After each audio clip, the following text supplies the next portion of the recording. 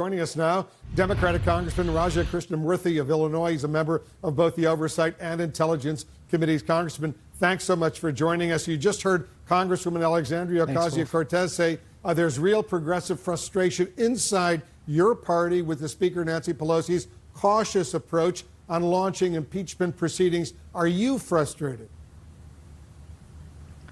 I think there's definitely frustration at the obstructionism with regard to our ability to conduct oversight of this administration.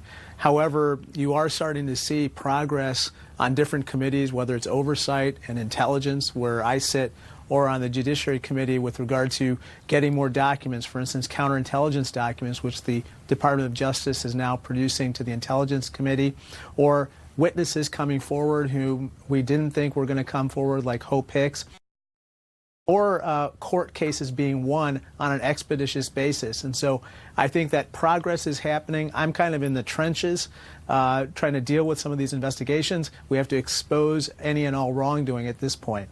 At least 63 House Democrats now say they're ready to open formal impeachment proceedings. What's your message to Democrats who are frustrated with Nancy Pelosi's much more cautious approach on impeachment?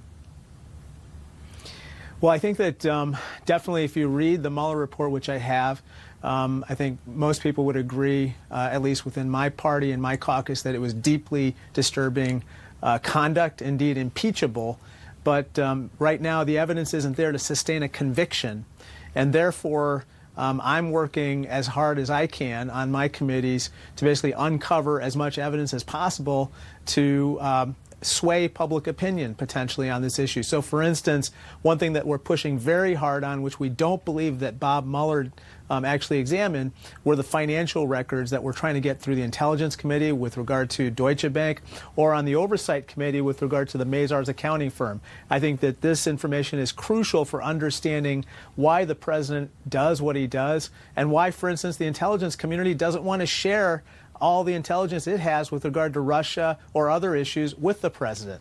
Let's move on, Congressman. As you know, the New York Times is reporting that President Trump is being largely kept in the dark by his own administration about cyber weapons being developed for use against Russia's infrastructure, as a warning to the Russians not to use their cyber warfare capabilities against America's power grid and America's infrastructure. What national security concerns does this raise, the president not being fully informed about what's going on?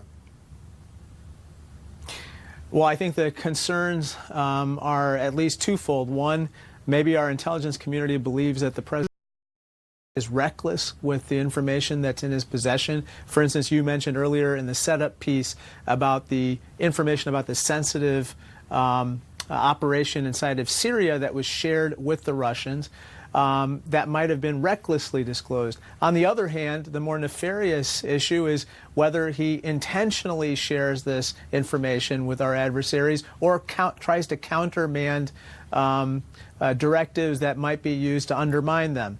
This is very serious, and it's something that obviously we need to continue to explore. That's why, for instance, I think that we have to get at the heart of these financial documents and follow the rubles. What's going on with regard to why does he cozy up to some of our adversaries?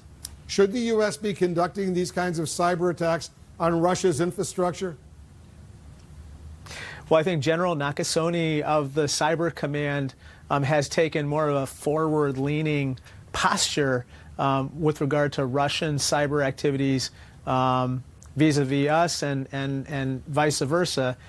I think that generally we should be prepared to let the Russians know that any operation that they might conduct on our infrastructure or on our power grid would be met with a reaction that's proportionate. And so I think it's probably appropriate that we take a forward-leaning posture here. But that being said, I think that General Nakasone and the Cyber Command has to also be cognizant that we don't want to initiate activities that could lead to something that goes out of control. The House Intelligence Committee Chairman Adam Schiff says his threat to subpoena the FBI for materials related to a counterintelligence probe of the Trump campaign is yielding results. As you know, Schiff told CBS News that the FBI has started handing more information to your committee in recent days. Have you seen more cooperation now from the FBI as well? Yes, we have, and this is something that I was referring to earlier. I think that some of the pressure that is being brought to bear on the DOJ and FBI with regard to these counterintelligence materials is actually coming from not only our side but also the Republican side, which is a good thing, and it's starting to yield cooperation. You may already know this, but Devin Nunes and Chairman Schiff together had subpoenaed or asked for these documents with regard to counterintelligence information, and I think that this is starting to bear fruit. Have you been briefed on what's going on with Iran right now, Congressman? The Trump administration is, directly blaming the Iranians for these attacks on these oil tankers in the Gulf. I can't comment on specific intelligence, but I would just cite what Chairman Schiff said the other day, which is that it appears that Iran is behind these attacks.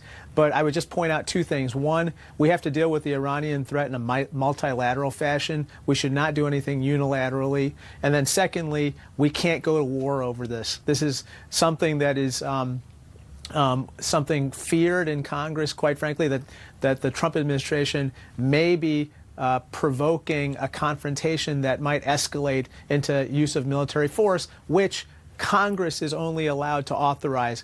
And any move to use the 2001 authorization of the use of military force in this particular situation would be completely unacceptable. Congressman Krishnamoorthi, thanks so much for joining us.